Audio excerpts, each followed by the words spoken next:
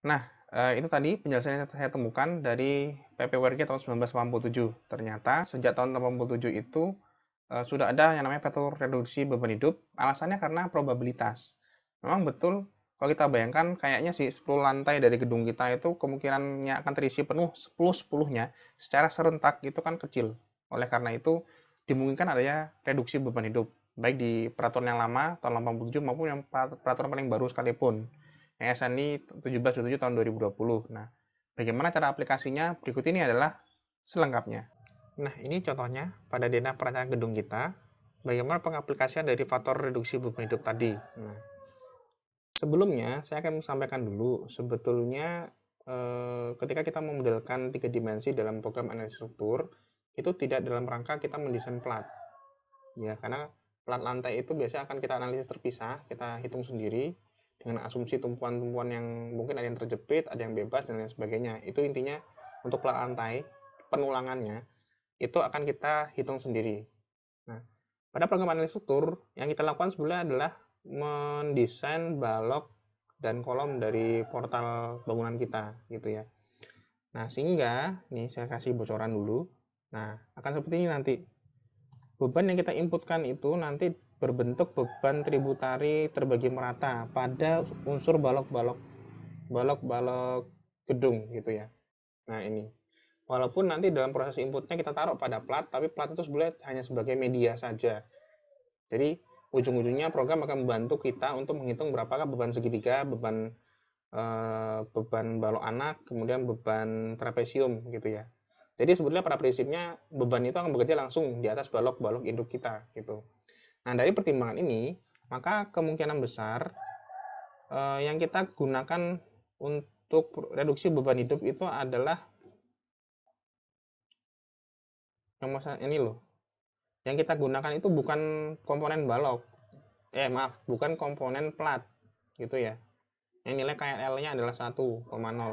Tapi karena input di dalam program analisis struktur nanti itu adalah beban terbagi merata di atas balok, otomatis bayangan saya kita harus mengasumsikan elemennya adalah elemen balok, bukan elemen slab atau elemen plat gitu ya. Karena ini tadi bebannya itu jadi beban terbagi merata sebegini ke atas balok. Itu alasannya.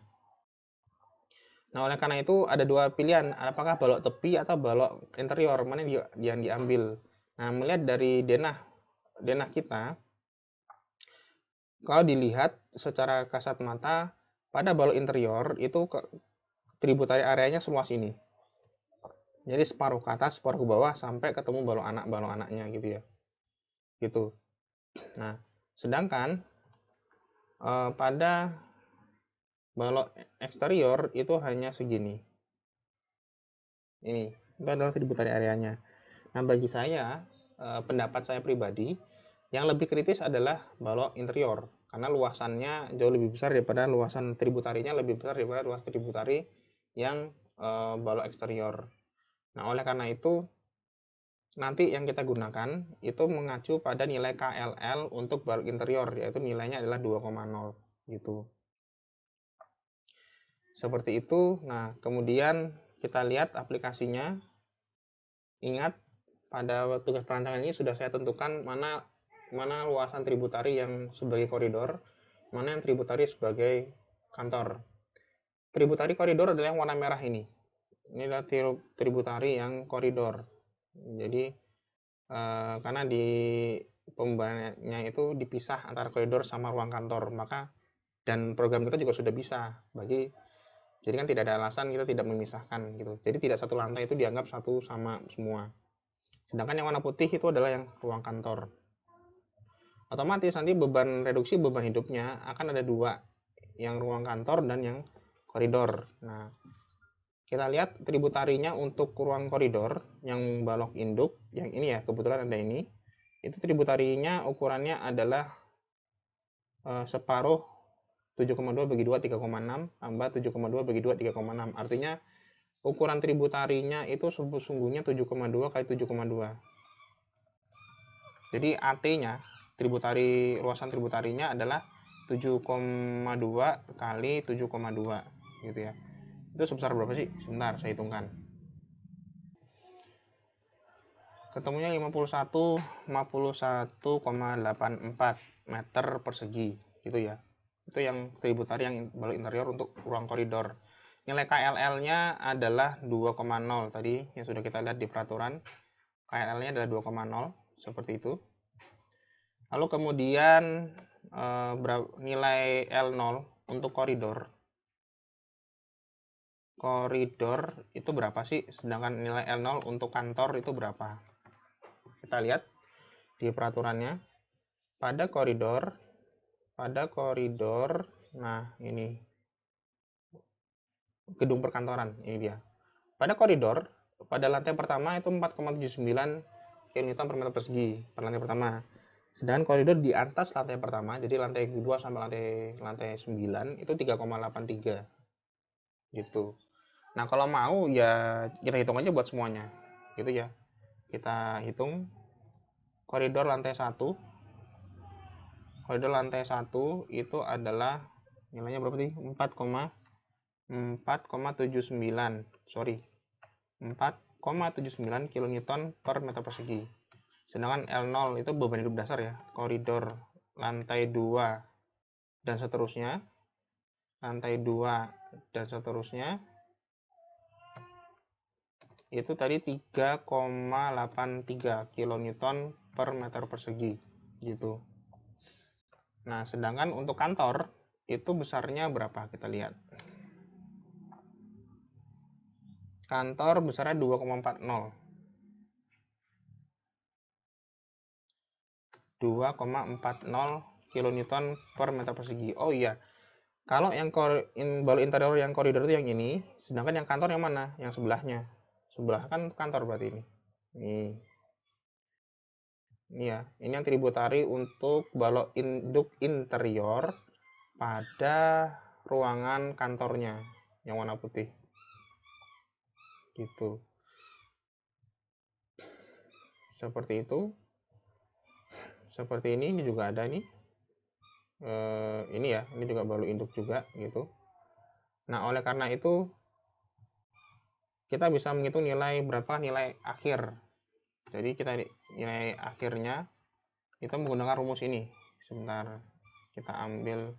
Nah, di sini juga ada nih, sudah ada tuh keterangannya apakah boleh direduksi? Ya, boleh. Boleh dan boleh. Ini ada di atasnya. Boleh tidak direduksi. Nah, itu ya. Boleh. Oleh karena itu, kita ambil rumus reduksi beban hidupnya. Ini ya. Beban hidupnya kita reduksi dengan rumus ini. Saya taruh di sini, gitu ya. Ini rumusnya, sehingga kita bisa menghitung nilai beban hidup akhir pada L koridor lantai 1 berapa, L koridor lantai 2 berapa, dan seterusnya, dan kantor, L untuk kantor. Gitu. Jadi angkanya kita hitung dulu, nilai KLL dikali AT sama dengan 51,4 kalikan 2 ketemunya 103,68 meter persegi. Ini sudah lebih besar daripada syarat. Syaratnya berapa tadi? Syaratnya tadi kalau lebih dari atau sama dengan 37,16, otomatis kan boleh kita reduksi. Lebih dari 37,16 gitu ya, meter persegi. Otomatis kita boleh ngereduksi dengan menggunakan rumus ini gitu. Nah, ini saya hitungkan dulu buat kalian. Intinya kan tinggal masuk rumus ya. R0-nya adalah ini masing-masing 0,25, KLLAT-nya itu adalah ini yang 103,68 gitu. Maka hasilnya adalah seperti ini. Hasilnya adalah ini ketemu 3,53 kN per meter persegi untuk koridor pada lantai 1, sedangkan koridor pada lantai berikutnya adalah 2,68 kN per meter persegi, sedangkan untuk ruang kantor adalah ruang kantor tadi ketemunya 1,68 kN per meter persegi gitu.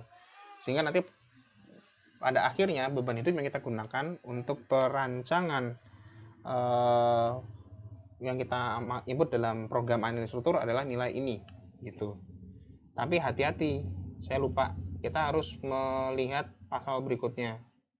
L tidak boleh kurang dari setengah L0 untuk komponen struktur mendukung satu lantai ya. Dan L tidak boleh kurang dari 0,4 L0 untuk komponen struktur yang mendukung dua lantai atau lebih. Nah, karena balok kita itu balok yang mendukung hanya satu lantai. Kalau kolomnya betul, kalau kolomnya kan kolom itu dia mendukung banyak lantai. Gitu ya. Nah, karena dari beban tadi masuknya ke balok, maka saya anggap yang balok itu mendukung satu lantai saja. Maka nilai L ini tidak boleh kurang dari setengah L. Mari kita hitung setengah L-nya berapa? Setengah L, maaf, sama dengan setengah dikali L. Ini. Terlihat di sini untuk setengah L-nya adalah 2,4, 1,9 dan 1,2 gitu. Berarti nilai ini itu lebih besar daripada setengah L, artinya boleh digunakan. Berarti ini sudah lebih dari setengah L. Gitu. Maka bisa digunakan hasilnya 3,53, 2,68 dan 1,68.